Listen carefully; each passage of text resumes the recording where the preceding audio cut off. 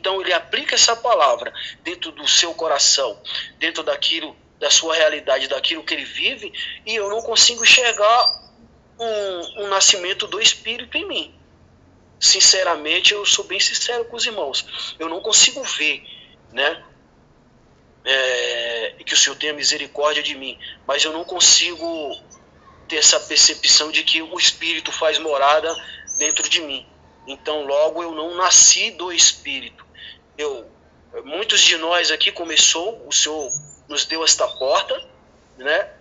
Nos fez encontrar esta porta, aí começamos a trilhar, o Senhor vem nos limpando através da palavra, e aí há um nascimento, há um gerar pelo Senhor através dessas escrituras, ao ponto de você deixar de fazer muitas coisas e começar a enxergar uma beleza a qual, como foi dito do testemunho da irmã, de que quando via em Maria, por exemplo, coisas a qual atribuía a ela, que depois o Senhor abre os olhos ali e passa a enxergar completamente diferente. Então há de que se ver que algo está sendo trabalhado dentro de cada um de nós, a qual o Senhor preparando algo para que ele, edificando esta casa, a qual casa somos nós, essa casa espiritual, que é o nosso tabernáculo, é o templo do Senhor, nosso corpo, para ser separado e santificado, para quê? Há um propósito nisso, para o Senhor fazer morada. E eu creio que essa morada corrobora com essa questão do nascer de novo. Que esses homens, verdadeiramente, Pedro, Paulo, Tiago, João, todos esses discípulos, toda essa igreja a qual corroborava aqui, neste momento que está escrito, para o nosso entendimento, eles nasceram, eles viveram uma vida a qual era guiado através do Espírito Santo. E quando eu faço essa comparação com os dias de hoje, e foi assim que o Senhor, quando eu conversava com certas pessoas, principalmente com esse rapaz que estava no carro, ele quase me arrancou o braço, porque ele estava no banco de trás e eu falava, não, mas você que diz que é cheio do Espírito e está agindo dessa maneira meio estranha, me parece que não tem compatibilidade com as Escrituras. É só examinar que a gente vai obter o melhor suco, espremer essas uvas, espremer este limão, né, permanecer nessa palavra, dissecar ela, como foi trago pelo irmão lá em Isaías, que é tremenda essa passagem de, se eu não me engano, Isaías 26, né? 29. Esse ensinamento. Tremenda mesmo. 29. Tremendo. 29, né? Isaías 28, 9 e 10. 28, 9 e 10. Aleluia. 28, versículos 9 e 10. Tremendo. Então, o irmão trazia ali, eu dei uma passada de olhos ali, vejo que é algo muito profundo, que a gente ali há de que ficar um tempo depois ali. Mas seria isso, irmãos, para que a gente, eu creio que o Senhor vai, através desses estudos aqui, vai nos mostrar muita coisa, e por isso essa questão da pergunta e ser tão difícil, né? Porque se tratando de em que momento que se nasce da água, em que momento que se nasce desse Espírito, né? E aí o irmão trouxe acerca do nascimento de uma criança, né? Do gerar, na verdade muito antes de como ela é gerada, depois a mulher carrega 9 meses, depois a criança nasce, e há de que se ter aí, tem muito mistério acerca disso, para que o Senhor vai edificar esta casa, para que eu e você verdadeiramente possa ser levado de um lado para o outro, mas não com nossa carnalidade, mas sendo guiado verdadeiramente pelo Espírito. E se eu vou proferir algo a qual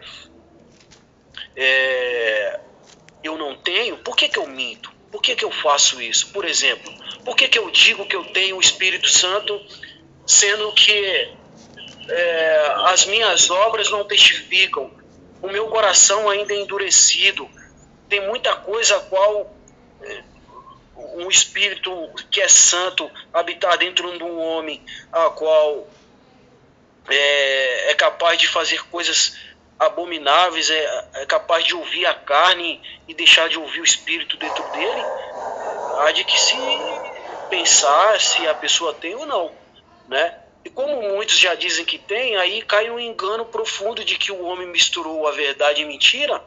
Eles encheram os próprios copos dele, ao ponto de que aonde que o Senhor vai fazer uma obra nele? Porque se ele fala que já tem o Espírito, que ele é cheio do Espírito, que ele já nasceu da água, e aí, como é que fica? Sendo que os próprios irmãos já trouxeram aqui quão complexo é não só esse gerar, não só esse nascimento, mas a questão da permanência, né?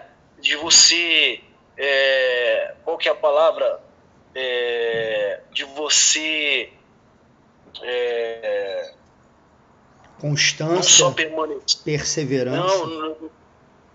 Isso também, mas algo que Paulo traz muito em suas cartas é de que algo vai ser aperfeiçoado, né? O próprio Deus ele é muito bom, ele vai fazendo esse aperfeiçoamento, ou seja, ele vai edificando esta casa, né? Mesmo depois que o homem é gerado, mesmo que o Espírito ainda habite dentro dele, você vê que há um crescimento de todos eles, aqueles que assim nasceram de novo. Você vê pelas próprias escrituras, pelas cartas de Paulo, o amadurecimento, o entendimento de um homem no começo e depois do entendimento ao qual era um homem na sua velhice, as cartas com tanta profundidade ao ponto de do discípulo chegar e falar até de difícil compreensão, até, né? Porque o homem cheio verdadeiramente do Espírito Santo de Deus. Então, por isso o Senhor me faz trazer acerca dessa situação de que isso é muito importante, essa questão de João aqui, para que a gente possa permanecer um pouco mais, para que o Senhor possa abrir os nossos entendimentos, porque é algo muito profundo e algo muito tremendo que o Senhor está tratando, tratando com Nicodemos aqui. Seria essa questão, né?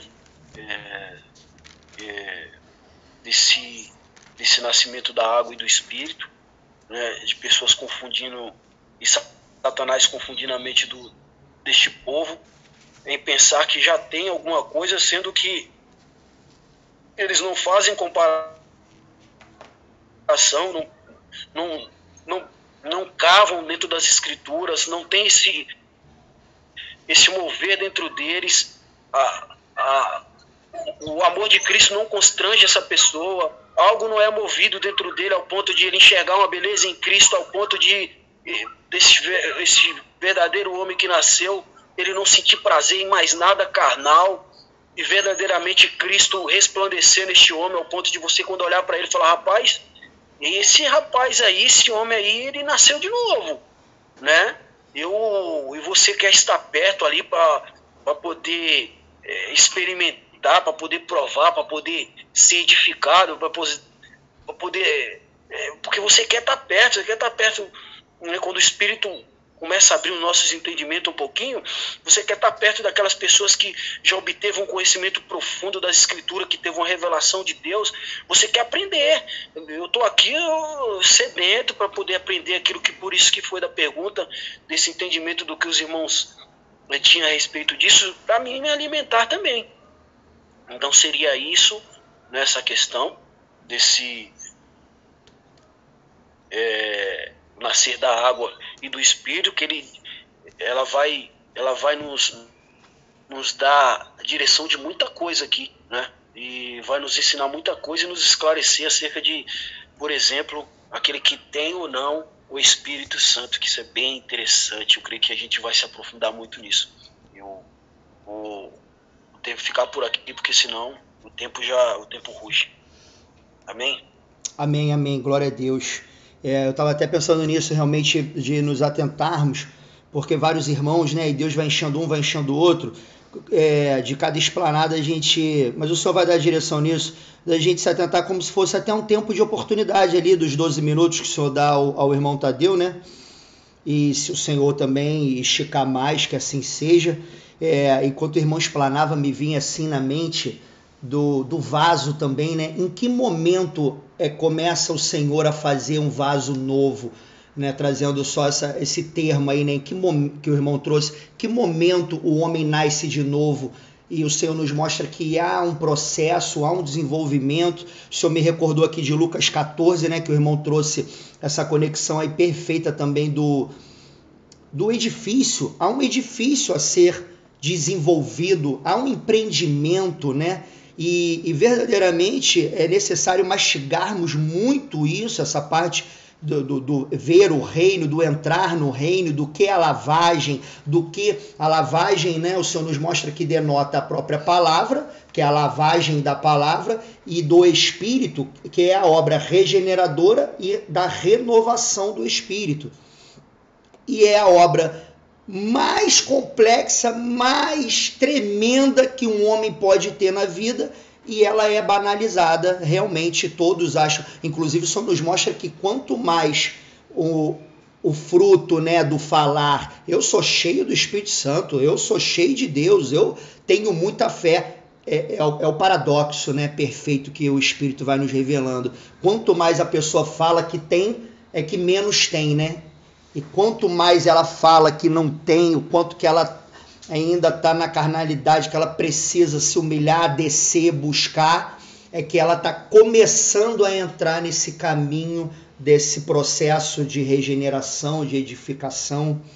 Aqui no preço do discipulado, né? No Lucas 14, Jesus vai dizer: se alguém vier a mim e não aborrecer pai, mãe, mulher, filho, irmão, irmãs, ainda também a sua própria vida, não pode ser meu discípulo. E qualquer que não levar a sua cruz e não vier após mim, não pode ser meu discípulo. Ou seja, são ferramentas dessa própria operação do Espírito Santo. A ferramenta da renúncia, a ferramenta da mortificação. A passagem famosa lá, né, Romanos 8,13. Se viverdes segundo a carne, morrereis. Se viver segundo a carne, não tem como entrar no processo de novo nascimento, entrar nesse processo de edificar essa casa espiritual, a qual precisa ser adornada, limpa, purificada, retirada da mistura, para que venha a habitação de um Espírito que é santo, que é puro, que é perfeito. Né? E como foi citado pelo irmão, a árvore realmente conhece pelo fruto. Jesus ele traz várias questões para nos trazer essa reflexão. Como pode uma árvore boa dar mau fruto? Não tem como, que é o que o irmão trouxe, essa indignação que eu fico indignado.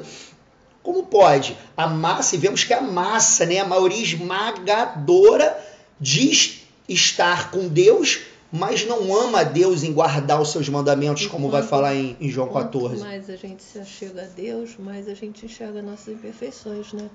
Aleluia. Então não tem como ele dizer que ele está bem, que ele ama a Deus, que não sei o quê. Se ele não está enxergando as imperfeições dele, ele não está perto de Deus.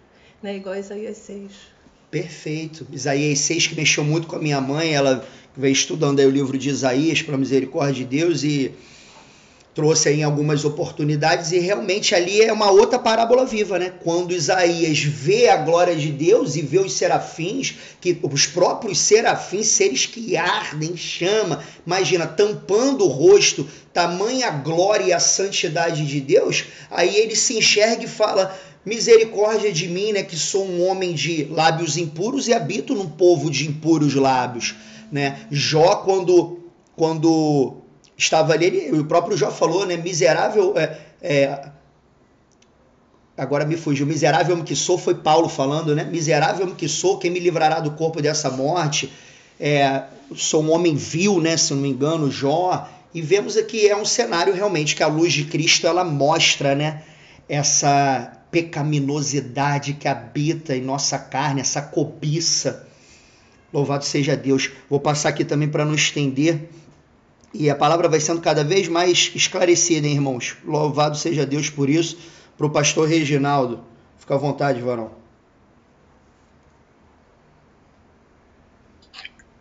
Eu prometo não passar de 5 minutos, tá? Primeiro eu queria dar um fechamento aqui na dúvida da irmã Lúcia, quando ela perguntou de onde vem tantas almas. Irmã, todas as coisas e todas as pessoas são criaturas de Deus. Tá? Isso aqui vai ser uma coisa bem rápida. Primeiro, existe uma diferença entre criatura e filho de Deus. Todos são criatura. Agora, quem são os filhos de Deus? Aí eu vou citar para a irmã só as passagens. Depois a senhora pesquisa com calma e lê com calma. Por exemplo, João 6,37, a senhora vai ver quem são os filhos de Deus, como também João 6,44 e João 6,65. Essas 3 passagens definem quem são os filhos de Deus. Tá? O restante é tudo criatura. Nem todos, a gente tem o costume de ouvir as pessoas falarem assim: eu também sou filho de Deus. Nem todos são. Alguns são filhos e outros são criaturas. Por quê? Porque Deus assim escolheu. Tá? Agora, voltando aqui ao Evangelho de João, capítulo 3, versículo 8, eu gostaria de comentar essa passagem para encerrar a minha participação nesse assunto, nesse versículo 8, citando a segunda carta de Paulo aos Coríntios, no capítulo 5, a partir do versículo 17. Diz assim: assim que, se alguém está em Cristo, nova criatura é. As coisas velhas já passaram, eis que tudo se fez novo. E tudo isto provém de Deus, que nos reconciliou consigo mesmo por Jesus Cristo e nos deu o ministério da reconciliação, isto é, Deus estava em Cristo reconciliando consigo o mundo e não lhes imputando os seus pecados, e pôs em nós a palavra da reconciliação, de sorte que somos embaixadores da parte de Cristo, como se Deus por nós rogasse.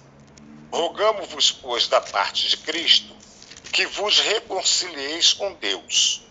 Aquele que não conheceu pecado, o fez pecado por nós, para que nele fôssemos feitos justiça de Deus. Aí que conclusão nós chegamos?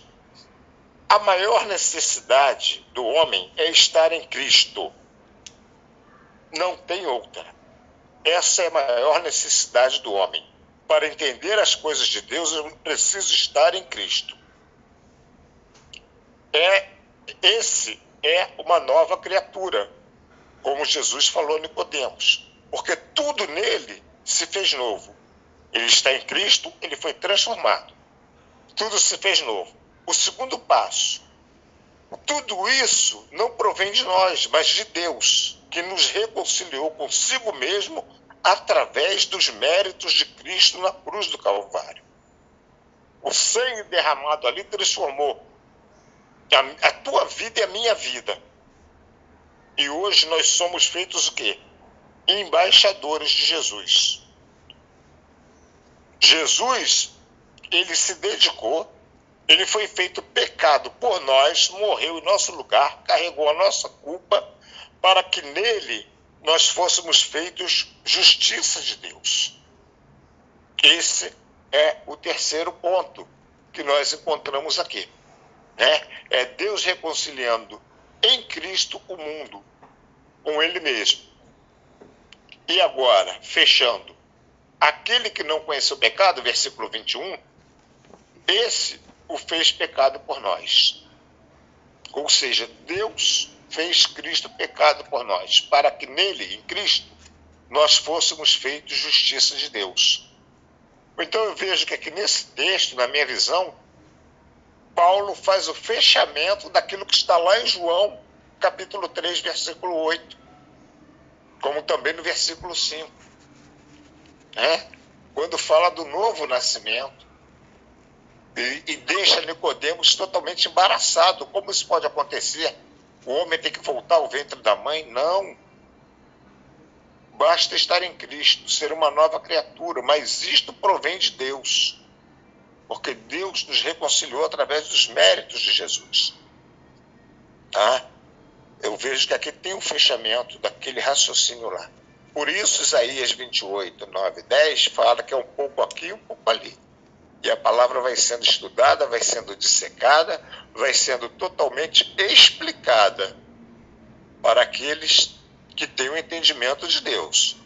Porque quem nos dá o entendimento é Deus. Eu quando estava na faculdade, aí eu vou falar um pouquinho rapidinho da minha experiência para encerrar aqui. Tive um professor de português que ele uma vez comentou na turma: já li a Bíblia 2 vezes e não entendi nada. Eu